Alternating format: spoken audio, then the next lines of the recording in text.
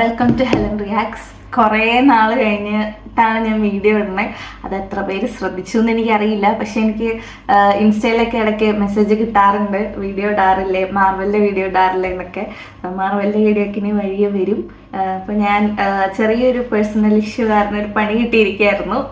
പണി എന്താണെന്നും അതിൻ്റെ റീസൺ എന്താണെന്നും ആ പണി കിട്ടിയത് സോൾവ് ചെയ്തതിന് ശേഷം ഞാൻ പറയുന്നതായിരിക്കും. For anyone who cares. Okay, അപ്പം കൽക്കി 2898 AD സിനിമ കണ്ടു. അപ്പം ട്രെയിലറൊക്കെ കണ്ട് ഞാൻ ഭയങ്കര എക്സൈറ്റഡ് ആയിട്ടാണ് പോയത്. ട്രെയിലറിൽ ഭയങ്കര മാസീവായിട്ടുള്ള ട്രെയിലർ, ഭയങ്കര നല്ല വലിയ സ്റ്റാർ വാല്യൂസ് ഉള്ള സ്റ്റാർസ്. അപ്പം അങ്ങനെ സിനിമ കാണാൻ പോയതാണ്. എനിക്ക് ഡയറക്റ്റ് ചെയ്തേക്കണ ആരാന്ന് വെച്ച് കഴിഞ്ഞാൽ നാഗശ്വിനാണ് ഡയറക്റ്റ് ചെയ്തേക്കണത്. അദ്ദേഹത്തിൻ്റെ സിനിമ മഹാനടി, അതുപോലെ പ്രഭാസ് 21, പിത്ത കാതൽ, ഇതൊക്കെ നാഗശ്വിൻ്റെ സിനിമകളാണ്. അപ്പം സിനിമ ട്രെയിലർ കണ്ടവർക്കറിയില്ല, പ്രഭാസ് ഉണ്ട്, അമിതാഭ് ബച്ചൻ, ദീപിക പദുക്കോൺ, പിന്നെ അന്നാബെൻ, ശോഭന, അങ്ങനെ കുറേ സ്റ്റാർസ് ഉണ്ട്. പിന്നെ ദിശ പട്ടാനി, ഇവരൊക്കെ ഉണ്ട്. ഫസ്റ്റ് ഹാഫ് ആയപ്പോൾ എനിക്ക് അയ്യോ ഇങ്ങനെയാണോ, ഇതെന്താണ് ഇത് വരണേന്നുള്ള ഒരു ഭയങ്കര പയ്യെ ഞാനൊന്ന് ഡിസപ്പോയിൻറ്റഡ് ആയി തുടങ്ങിയായിരുന്നു. കാരണം ഇതിലെ പല കാര്യങ്ങളും ഇൻക്ലൂഡിങ് എനിക്ക് ബാക്ക്ഗ്രൗണ്ട് മ്യൂസിക്, പിന്നെ അതിൽ ഒരു ക്യാരക്ടറിൻ്റെ ഡെപ്പിക്ഷൻ ക്ലിയർ ആയിട്ട്, അത് നമുക്ക് ശരിക്കും ഡ്യൂൺ സിനിമ കണ്ടവർക്ക് അത് കറക്റ്റായിട്ട് ക്ലിക്ക് ചെയ്യും. അതുപോലെ തന്നെയാണ് ആ സിനിമയിലെ ഒരു ക്യാരക്ടറിനെ ഡെപ്പിക്റ്റ് ചെയ്തേക്കണം. അതൊക്കെ കണ്ടു കഴിഞ്ഞപ്പോൾ ഇതെന്താണ് ഇതിങ്ങനെ, ഇത് കുറേ കാര്യങ്ങൾ എനിക്ക് സിമിലർ ആയിട്ട് തോന്നുകയാണ്. അപ്പോൾ ഇത് വർത്ത് ദ ഹൈപ്പ് ആണോ എന്നൊരു തോന്നൽ വന്നു ഫസ്റ്റ് ഹാഫ് കഴിഞ്ഞപ്പോഴത്തേനും. കുറച്ച് മൊമെന്റ്സ് നല്ലതുണ്ടായിരുന്നു. എന്നാൽ സ്റ്റോറിയിലേക്ക് കറക്റ്റായിട്ട് കറക്കാത്തതുകൊണ്ടാണോ അതോ പല കാര്യങ്ങളിലും എനിക്ക് വേറൊരു സിനിമയായിട്ട് ഡ്യൂണായിട്ട് സിമിലാരിറ്റി തോന്നിയത് കൊണ്ടാണോ എന്ന് അറിയില്ല. എനിക്ക് ഫസ്റ്റ് ഹാഫ് പയ്യെ ഡിസപ്പോയിൻറ്റഡ് ആയി തുടങ്ങിയായിരുന്നു. അപ്പം അങ്ങനെ ഇന്റർവെല്ലൊക്കെ കഴിഞ്ഞ് എനിക്ക് പ്രഭാസിന്റെ ആ ഫസ്റ്റ് ഹാഫിലുള്ള ആക്ടിങ് എനിക്ക് ഭയങ്കര കുറച്ച് ഓവറല്ലേ എന്ന് തോന്നി. അപ്പം അങ്ങനെ പയ്യെ ഡിസപ്പോയിൻറ്റഡ് ആയിട്ടാണ് ഫസ്റ്റ് ഹാഫ് സത്യം പറഞ്ഞാൽ തീർന്നത്. അമിതാഭ് ബച്ചൻ ആണെങ്കിലും ഒരുപാട് റോളിലേക്ക് ഫസ്റ്റ് ഹാഫ് വന്ന് കണ്ടില്ല. ദീപിക പദുക്കോൺ ആണെങ്കിലും പത്മാവതിൽ അല്ലെങ്കിൽ ജവാനിലൊക്കെ കാണുന്ന സ്ഥിരം ഒരു ഫേസ് എക്സ്പ്രഷൻ, അതായത് പ്രശ്നത്തിൽ അകപ്പെട്ടിരിക്കുന്ന ബോൾഡ് ആയിട്ടുള്ള ഒരു നായിക, അവർ കൊടുക്കുന്നൊരു ഇപ്പം ഫൈറ്റർ സിനിമയിലാണെങ്കിലും അങ്ങനത്തെ കുറേ ക്ലീശ കാര്യങ്ങളായിട്ടാണ് ഫസ്റ്റ് ഹാഫ് കഴിഞ്ഞ് നമ്മൾ കണ്ടു പരിചയിച്ച എക്സ്പ്രഷൻ, കണ്ടു പരിചയിച്ച പല സീൻസ്, കണ്ടു പരിചയിച്ച ബാക്ക്ഗ്രൗണ്ട് മ്യൂസിക്.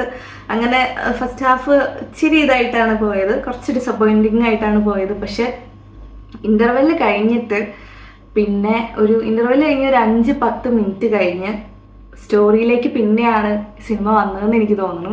പിന്നെ കണ്ട ഓരോ സീൻസും മോസ്റ്റ്ലി ഗൂസ്ബംസ് ഉള്ള സീൻസ് ആയിരുന്നു. ഫസ്റ്റ് ഹാഫിൽ നമ്മൾ കാണാതിരുന്ന പല, ഇപ്പം അമിതാഭ് ബച്ചൻ ആണെങ്കിലും അല്ലെങ്കിൽ അനാബൻ ആണെങ്കിലും ശോഭന ആണെങ്കിലും ഒക്കെ സെക്കൻഡ് ഹാഫ് വരുമ്പം, പ്രഭാസ് ആണെങ്കിലും സെക്കൻഡ് ഹാഫ് വരുമ്പം അവരുടെ ആക്ടിങ് ലെവല്, അവരുടെ ക്യാരക്ടറിൻ്റെ പ്ലോട്ട്, അവരുടെ ആ ക്യാരക്ടർ വരുന്ന ഒരു ഒരു സിറ്റുവേഷൻസ് എല്ലാം മാറുകയാണ്. പിന്നെ സിനിമ വേറെ ലെവലിലേക്ക് പോയി. സെക്കൻഡ് ഹാഫ് കാണാൻ വേണ്ടി ഞാൻ ഒന്നോടെ ചിലപ്പം ഈ സിനിമ കാണുമായിരിക്കും. കാരണം അത്രയും രസമായിട്ടാണ് സെക്കൻഡ് ഹാഫ് പോയത്. സ്റ്റിൽ പല ഇൻസ്റ്റൻസിലും പ്രത്യേകിച്ച് ബാക്ക്ഗ്രൗണ്ട് മ്യൂസിക്കാണ് എനിക്ക് തോന്നിയത് ഡ്യൂണുമായിട്ട് നല്ല സിമിലാരിറ്റി ഉണ്ടായിരുന്നു. എന്നാലും സെക്കൻഡ് ഹാഫിൻ്റെ ആ ഒരു രസം കൊണ്ട് നമുക്ക് വേണമെങ്കിൽ അത് ക്ഷമിച്ചു വിടാം. പിന്നെ ഹൈ ബഡ്ജറ്റ് ഉള്ള ഒരു സിനിമയാണ്, പക്ഷെ അതിന് ഉള്ള ഗ്രാഫിക്സും VFXും പിന്നെ അതിൻ്റെ മാസീവ്നെസ്സും ഒക്കെ സിനിമയിലുണ്ട്. എനിക്ക് തോന്നുന്നു നമ്മുടെ ഇന്ത്യയിൽ ആദ്യമായിട്ടായിരിക്കും ഇത്രയും നമ്മൾ പുറത്ത് ഉള്ള സിനിമകൾ കാണുമ്പം നമ്മൾ ചില സ്വപ്നങ്ങൾ കാണുന്ന പോലത്തെ ചില സാധനങ്ങൾ നമ്മൾ കാണാറുണ്ട്. നമുക്ക് ഇമാജിൻ ചെയ്യാൻ പറ്റാത്ത രീതിയിലുള്ള വെഹിക്കിൾസ്, ഇപ്പോൾ ഡ്യൂൺ ആണെങ്കിലും അങ്ങനത്തെ സിനിമയിലൊക്കെ നമ്മൾ കാണും. സെക്കൻഡ് ഹാഫ് വന്നപ്പം അതുപോലെയായിരുന്നു. ഞാൻ സെക്കൻഡ് ഹാഫ് എടുത്തു പറയാൻ കാരണം സെക്കൻഡ് ഹാഫാണ് എനിക്ക് സിനിമയിൽ ഭയങ്കര ഇഷ്ടപ്പെട്ടത് ദാൻ ഫസ്റ്റ് ഹാഫ്. അപ്പം സെക്കൻഡ് ഹാഫ് വന്നപ്പം ഇതുപോലെ അപ്പോഴാണ് ടെക്നിക്കലായിട്ടുള്ള കാര്യങ്ങളും കൂടുതൽ, ഫസ്റ്റ് ഹാഫിൽ ഇല്ല എന്നല്ല, സെക്കൻഡ് ഹാഫ് വന്നപ്പോഴാണ് ടെക്നിക്കലായിട്ടുള്ള കാര്യങ്ങളും കുറേ അഡ്വാൻസ്ഡ് ആയിട്ടുള്ള രീതിയിലായത്. നമ്മുടെ ഇന്ത്യയിലെ സിനിമയിൽ തന്നെ, ഇന്ത്യയിൽ ഇതുവരെ ഇറങ്ങിയ സിനിമകളിൽ ഇത്രയും ടെക്നിക്കൽ ബ്രില്യൻസ് ഉള്ള ഒരു സിനിമ വേറെ ഇല്ല എന്ന് തന്നെ വേണമെങ്കിൽ പറയാം. കാരണം അത്രയും രസമായിട്ടായിരുന്നു സെക്കൻഡ് ഹാഫ് പോയത്. പിന്നെ ഇപ്പൊ നമ്മൾ ലോജിക്ക് വെച്ചും ഒക്കെ ചിന്തിക്കാൻ നിന്ന് കഴിഞ്ഞാൽ ഇതൊക്കെ എന്താണെന്ന് തോന്നിപ്പോവും. പക്ഷെ ഹോളിവുഡ് സിനിമകളായിട്ടൊന്നും കമ്പയർ ചെയ്തുള്ള ടെക്നിക്കാലിറ്റി നോക്കണ്ടായില്ല. ഇവിടെ ഇപ്പം ഇറങ്ങിയാൽ ടെക്നിക്കലി നല്ല ബ്രില്യൻ്റ് ആയിട്ടുള്ള ഒരു സിനിമയാണ്.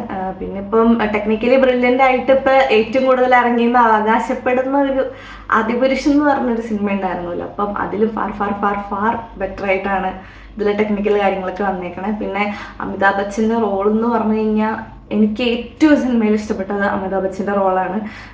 ഫിസിക്കലി അദ്ദേഹം റിയൽ ഷൂട്ടിന് കാര്യങ്ങൾ ചെയ്തിട്ടില്ലെങ്കിൽ കൂടി ആ ഒരു ക്യാരക്ടറിനുള്ള ഒരു സ്ട്രെങ്ത് അല്ലെങ്കിൽ അതിനുള്ള ഒരു പവർ അത് അടിപൊളിയായിട്ടാണ് സിനിമയിൽ കണ്ടത്.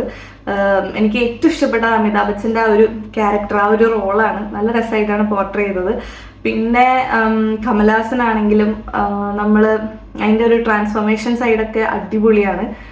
ഇപ്പം അങ്ങനെ മസ്റ്റായിട്ട് തിയേറ്ററിൽ കണ്ട ഒരു സിനിമയെന്ന് തന്നെ വേണമെങ്കിൽ പറയാം. കാരണം സെക്കൻഡ് ഹാഫ് അടിപൊളിയാണ്, സൂപ്പറാണ്. സോ തിയേറ്റർ വാച്ച് ആണോ എന്ന് ചോദിച്ചു കഴിഞ്ഞാൽ ഉറപ്പായിട്ടും പറയാം തിയേറ്റർ വാച്ച് ആണെന്ന്.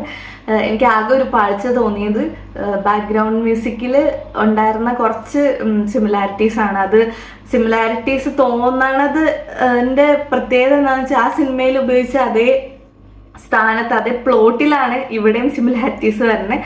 അതുപോലെ ഇപ്പം ഡ്യൂൺ കണ്ടവർക്ക് ശരിക്കും റിലേറ്റ് ചെയ്യാൻ പറ്റും. എന്നാലും നമുക്ക് പ്രൗഡ്ലി പറയാൻ പറ്റുന്ന ഒരു ക്രിയേഷനാണ് കൽക്കി.